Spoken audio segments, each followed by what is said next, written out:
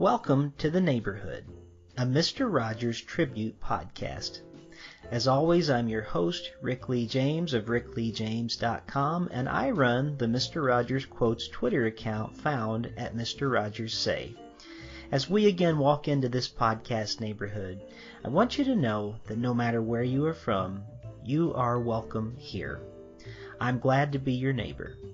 Every daughter, every son, every tribe, and every tongue, in the spirit of Fred Rogers and the life of welcome that he lived, welcome to the neighborhood.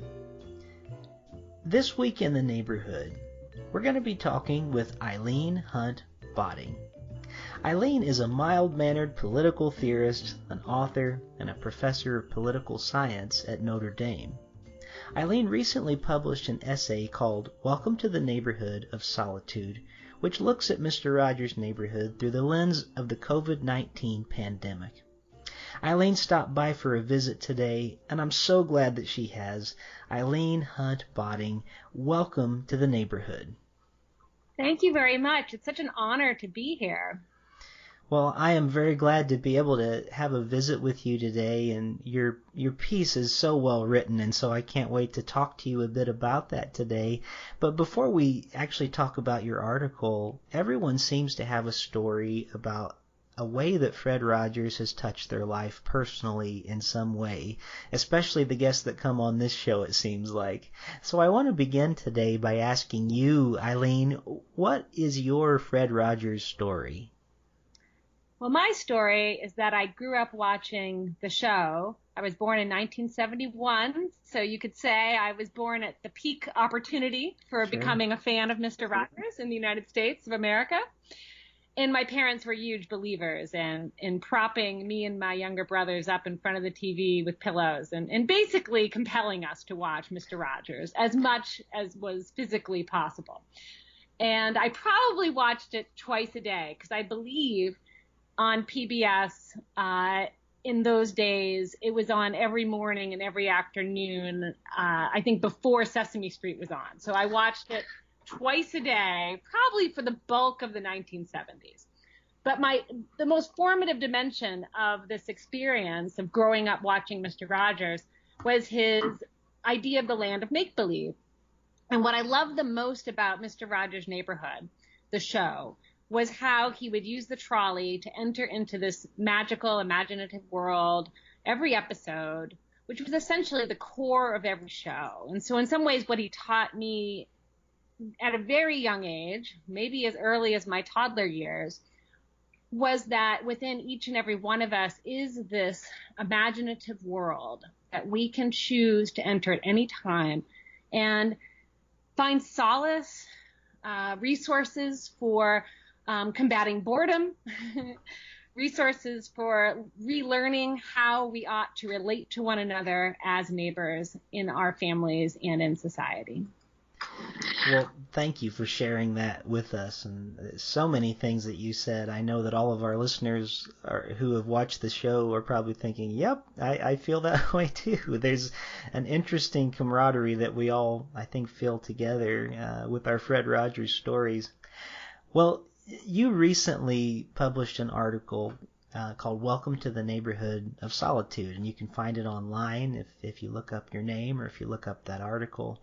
And in the article, you say the real Mr. Rogers is the unsung hero, the unsung pop cultural hero of love in the time of Corona. And I wonder if you could elaborate a bit on what that means for our listeners. Sure.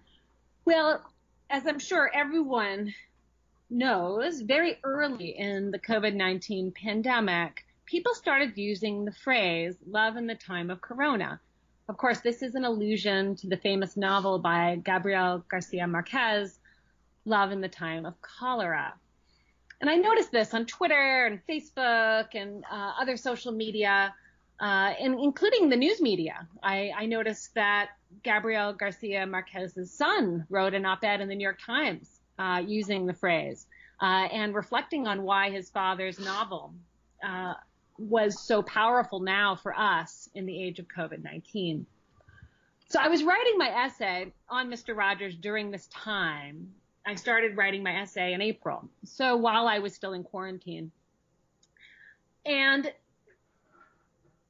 the phrase love in the time of cholera and the phrase love in the time of corona called to mind in many ways the culture of the 1970s that I grew up in. My parents are boomers. They were born just after World War II. They're in many ways could be described as Catholic hippies. They're Roman Catholic, and so for that reason have some socially conservative views. But overall, my parents are remarkably similar to everyone else who grew up during the 50s and 60s, in the sense that they have a kind of belief or faith in the value of life itself, and in a sense that we should respect life, whether it is human life or animal life, plant life. We should respect the entire ecosystem that we inhabit. And so my parents raised me to be a kind of crunchy Catholic or kind of hippie Catholic in that sense. And I think Mr. Rogers in many ways reflected that ethos. He was Presbyterian, he was a minister, but he came out of that post-war experience, right? Where young people had to figure out a way to affirm life in the face of grave injustice and death. And he affirmed the power of love in virtually everything that he did. One of his most powerful phrases, which you quote many times on Twitter, and I appreciate that so much because I think it's a message we all have to be called to remember every day. And that message is we should love everyone just the way they are. But we should use our love and our imaginations to reform society and the broader world itself to make it more just and safe and healthy and caring for everyone and everything. So that's why I think Mr. Rogers is the unsung pop cultural hero of love in the time of Corona, because I think if there was any time in my lifetime that we all need to be called to love the world, yet seek to reform it as best we can, it is now. Well, those are true words for sure. And it's hard right now. I think a lot of us are, well, probably all of us are feeling a little uneasy. We're hurting. We're experiencing, I think, grief in many ways. We've lost a lot in these times. We're experiencing new ways that maybe a new awakening of ways that we are able to enter into a new anti-racism conversation that maybe a lot of us haven't been ready for until recently. And there's just so much going on right now. And I love how Fred Rogers also would remind us that love is at the root of everything. And then he goes on to say love or the lack of it. And so thank you for elaborating a bit on what you were talking about in your article about Mr. Rogers being the unsung pop cultural hero of love in the time of Corona.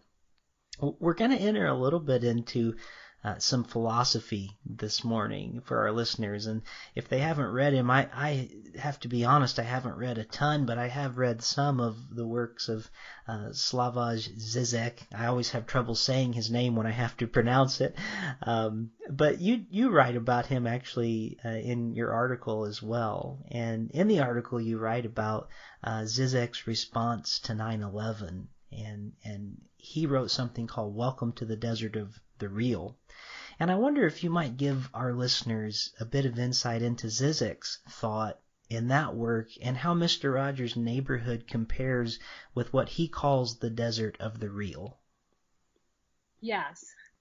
I had been reading Žižek because he wrote the first book of philosophy concerning COVID-19. The book is called Pandemic, but it has dem in parentheses so as to emphasize the way that the concept of panic is inherent to the concept of pandemic. And so I had been reading his work as part of my own preparation for teaching a graduate course at the University of Notre Dame in the fall on the political philosophy and literature of pandemics from the ancient world to the present.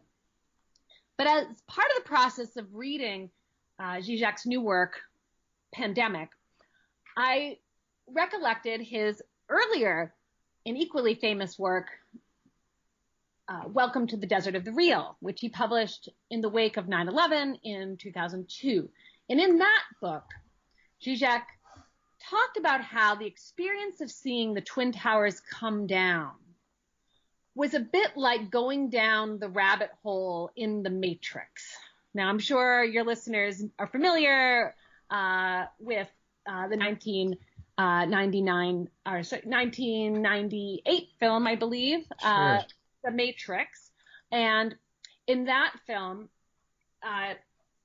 there is a famous scene in which the rebel leader or resistance leader, Morpheus, tells the hacker Neo that he has a choice. He can take the red pill and go down the rabbit hole into a world that will reveal to him the true nature of his reality.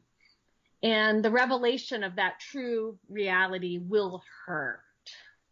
It will hurt to realize the truth. Or, Morpheus says to Neo, you can choose the blue pill, and you can stay where you are, basically. You can stay comfortable. You can inhabit this pristine world that you live in now, and not question your reality. Just accept it for what it is, and take its pleasures as compensation for any trouble it may cause you. Neo, as we know, chooses to take the red pill and to escape down the rabbit hole. And in the rabbit hole, he finds the bombed out desert landscape of reality. So he encounters the desert of the real. In other words, Neo sees the world for what it is in the way that all of us in the United States, in some sense, saw what our country was and what our political landscape was after the two towers came down. Okay, so he has this tremendous moment of disillusionment, right? Sure. Right. And so what Zizek does, I think, quite cleverly in this essay that becomes part of his book, Welcome to the Desert of the Real, is to point out to readers that in some sense we all go through these processes of disillusionment as we grow up. We went through such a process of disillusionment as a country, I think, after 9/11. And he captures that collective sense of political disillusionment that all Americans, I think, faced in different ways at that particular moment.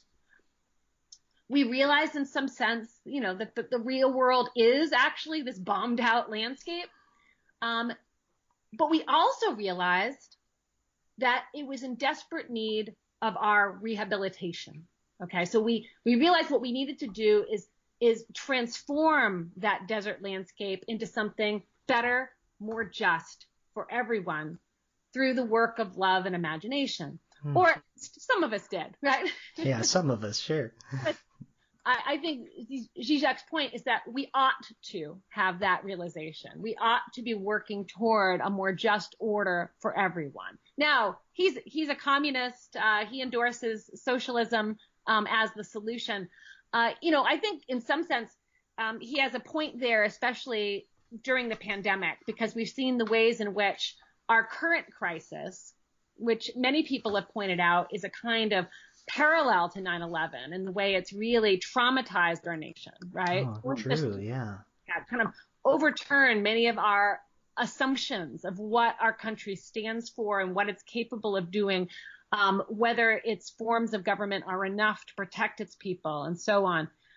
I think what we're faced with now, and this is the point Zizek makes now, is that, we need to think about whether our society, in its current kind of bombed out desert landscape, needs something more in terms of a social safety net for people, right? How do we provide for people who are put into situations of economic and healthcare vulnerability as a result of COVID-19. And so he and other political theorists on the left have pointed out that socialism, democratic socialism, and in his case, communism, provide a social safety net, which may provide greater security overall to people than what our current mode of capitalism can do for people. And I think that's a valid point that we all need to consider as we go forward. In what ways should we be strengthening our safety nets in society so that each and every one of us is protected, whether that is from the disease, COVID-19, or whether that is from war, whether that is from racial prejudice, and so on.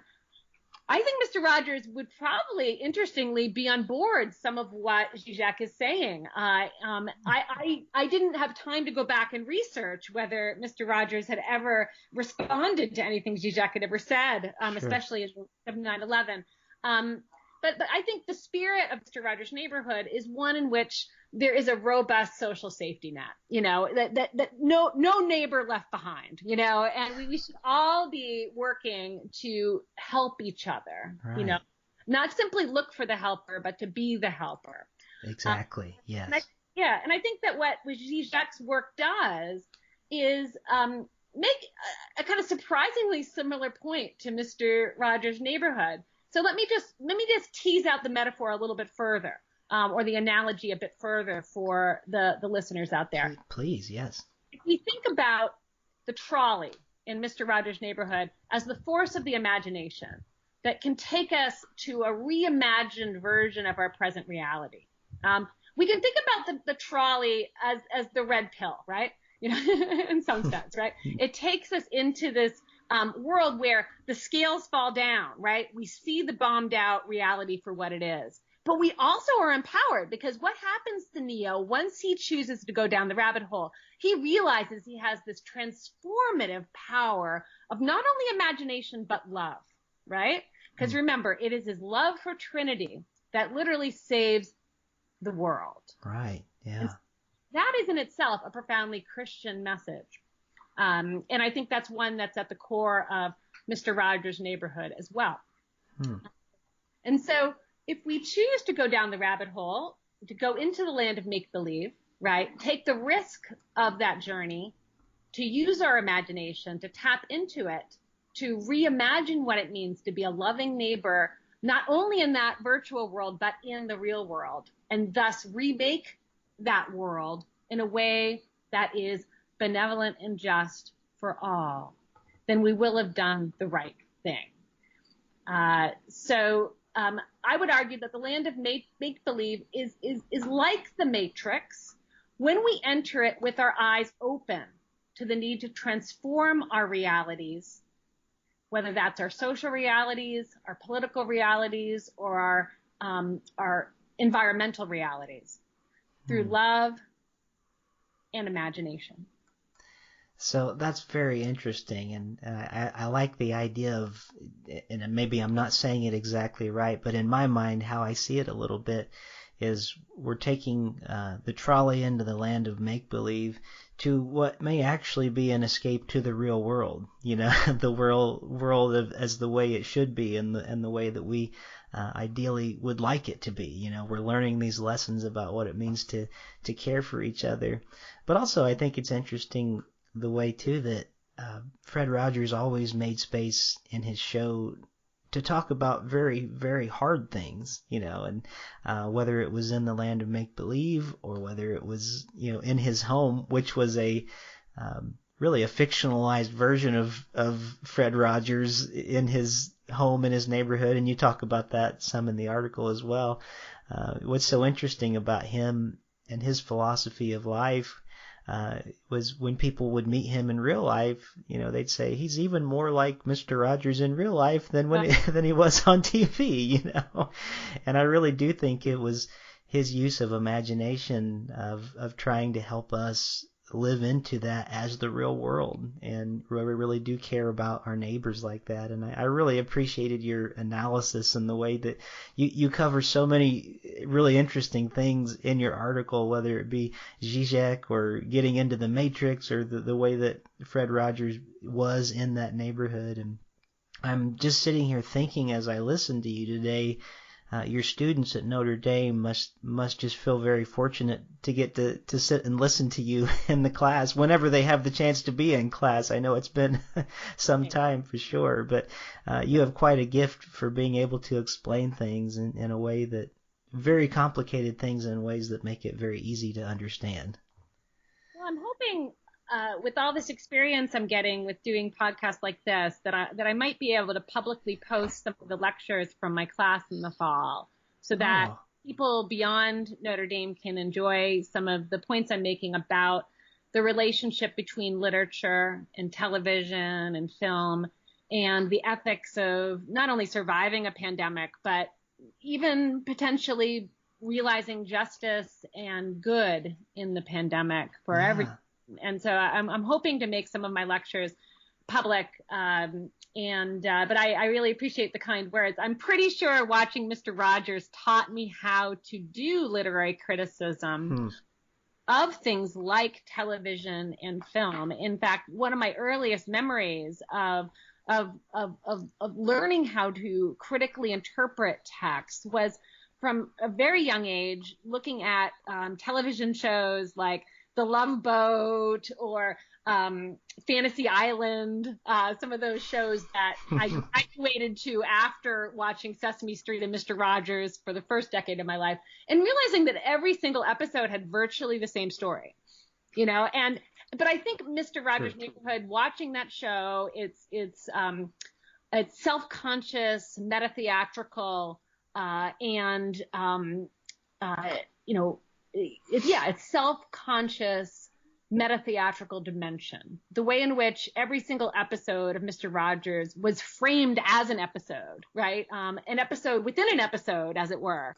And he called to children's minds the way that everything is not just a story, but in some sense, everything is a story within a story. And you are the narrator of that story, right? Just like he is the narrator of Mr. Rogers' Neighborhood.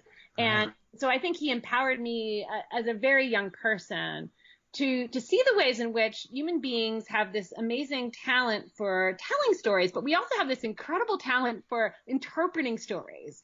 And that interpreting stories is something we can do no matter the form of the story. So it's as powerful and philosophically interesting to analyze a television show like Mr. Rogers, right, as it is to open up a philosophy book by Zizek, right? And Zizek himself makes this point over and over again because he always uses pop culture to explain philosophy, including films like The Matrix. Wow. Yeah, that's really interesting, and I do think Fred Rogers did think on several levels like that too. I think there were a lot of layers he was trying to get into that show, and there are some articles written somewhere too that people have written about how careful he was with words that he chose and the rewriting he would do, and how concerned he was that his message would be perceived correctly, and there are all of those layers that you're talking about. It's very interesting the way that you're laying them out. Well, you know, in your article, you encourage the readers to skip the recent movie and the documentary made about the actor, and to go to the original episodes of Mr. Rogers' Neighborhood if you want to get a real feel for him. And I agree with that too. I love the movie, and I especially love the documentary, Won't You Be My Neighbor? But there's something about going to those shows, and I've been rewatching them again as a father, and trying to share some of those with my son. And there's a lot of value there that I think as children, I know that I missed as a child, that I'm going back now and thinking, wow, this is so deep and powerful, and there's so much there's so many helpful things in these episodes. I'm wondering, what are some of the things that Mr. Rogers' Neighborhood has been teaching you personally in this time of pandemic? Mr. Rogers has taught me a lot about patience and what it means to be patient in quarantine, what it means to be patient with my society during a pandemic, what it means to be patient as a parent. I have a son who is 5, and to be patient while we homeschool him, to be patient with my university as it grapples with ethically difficult decisions and economically difficult decisions about how to open up during the pandemic. I started putting Mr. Rogers on sometimes during the day. I found him. He's streaming online somewhere. I'm not sure which app has him, but he's on there, and you can find him. Yeah. And I had him on the TV, and I kept him on in the background one day as I was helping my son make Legos and do puzzles as a way to pass time. And the power of having him in the background, having that soothing voice, his songs, the way that he teaches parents and children to see the power of music for giving us insight, creative insight, in how to become more patient and loving in our everyday interactions with one another.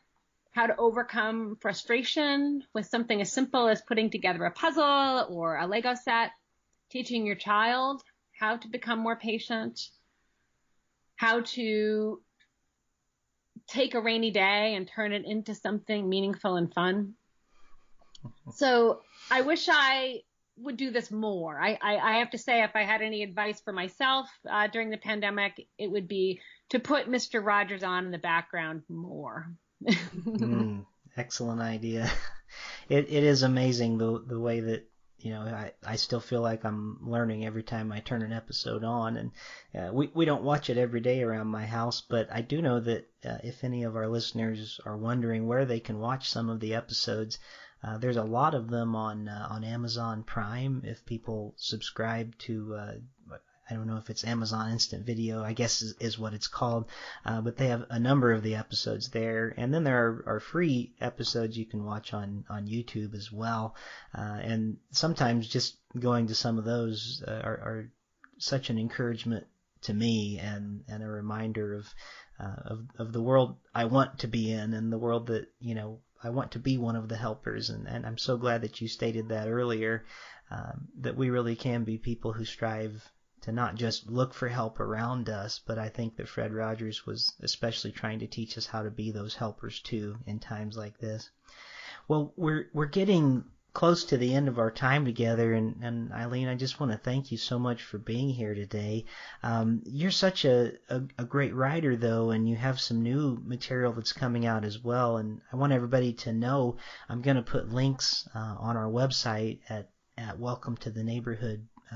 Actually, if you just go to fredrogerspodcast.com, that'll take you straight to our website. No www. But I want to put links there so people can find out more about you and the books that you have written, and just more about who you are as a person, because I think you're putting out some really wonderful things into the world. I wonder if just very briefly, maybe if you could do it in a couple minutes, I'm interested to know more about your work and your writing on Mary Shelley's Frankenstein, because that's a book that I came back to a few years ago and just got so much out of reading it, and even have a friend who wrote a play that is becoming very popular in parts of the country, where he made a new version of Mary Shelley's play on Frankenstein, and I'm hearing just really wonderful reviews about that. So I wonder, could you tell us a little bit about your work with that and your upcoming book about Mary Shelley's Frankenstein? Thank you very much. That's very kind of you. Yes, I started out my career primarily as a Mary Wollstonecraft scholar. Mary Wollstonecraft is the mother of Mary Shelley. Mary Shelley is the author of Frankenstein. She is also the author of the first great modern post-apocalyptic pandemic novel, The Last Man, published in 1826. And I recently published an op-ed in the philosophy column in the New York Times, The Stone, on that novel, The Last Man. In fact, it came out, I believe, 2 days after the pandemic was declared. So that was a momentous occasion, I think, in many ways for Mary Shelley's studies, because I think what I have been able to do in my recent scholarship is show the ways that Mary Shelley's philosophy of living with the artificial dimensions of human life is not only present in her first novel, Frankenstein, which of course features the making of an artificial man, right, through science, but it's also present in her great pandemic novel, The Last Man, because in The Last Man, she argues that the plague, which sweeps the earth and wipes out seemingly all but one human being, that plague was man-made. It was a product of human artifice. It was a product of human violence and war in particular. She argues that the plague originates and spreads due to a war. So I think Mary Shelley was quite visionary. She in many ways anticipated the contemporary political theory of pandemics, which points out that pandemics are not purely natural or purely acts of God, so to speak. Pandemics are created and exacerbated by human behavior. So in other words, we're all in some sense responsible for the pandemic that has beset us this year. And so what I'd like to do in what I have done so far and what I'd like to do further in my scholarship is emphasize the way in which Mary Shelley was quite a prescient and far-seeing political thinker through her two great works of modern political science fiction, Frankenstein and The Last Man. She calls all her readers to understand the ways in which our behaviors, our actions, our works of artifice as human beings shapes our realities for good and for bad. And much like Mr. Rogers, she thinks we also have the power to use love and imagination to transform the world for the better through our artifice. And that's probably the final philosophical message of my work. In the two books that I have on Mary Shelley, the first was published in 2017. That is called Mary Shelley and the Rights of the Child, published by Penn Press. And the second book is coming out in December. That's called Artificial Life After Frankenstein, which looks a bit more at how we can apply Mary Shelley's insights to debates in artificial intelligence, the genetic engineering of children, and also pandemics as we enter the new age of pandemics in the 21st century. So, but basically the basic insight is that we have the power to use our artifice for good or for ill, and we ought to use it for good by using our imagination and our capacity for love to transform the world around us for the better. Wow. Well, thank you for sharing with us about that. It sounds fascinating, and congratulations on the new book. I think many of us don't realize how much work it takes to write a book, let alone several books, and I'm sure it feels like a huge victory with everyone that's published. So congratulations, and I just want to tell you we're very proud of you and the work that you're doing, and I'm so grateful that you stopped by for a visit today. And if you can hold on for just a minute, I'm going to do the outro of our show, and then we can say goodbye off the air. Well, thank you for joining us here this week in the neighborhood.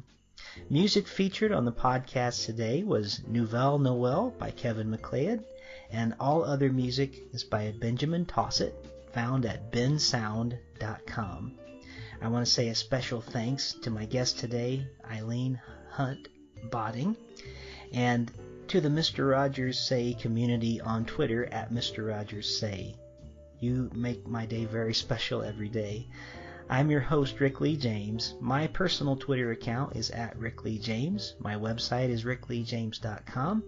Another podcast I host is called Voices in My Head, the Rick Lee James podcast. And I look forward to being with you again next time. But until we meet again, remember, you make each day a special day. You know how? By just your being you. There's only one person in the whole world like you, and people can like you exactly as you are.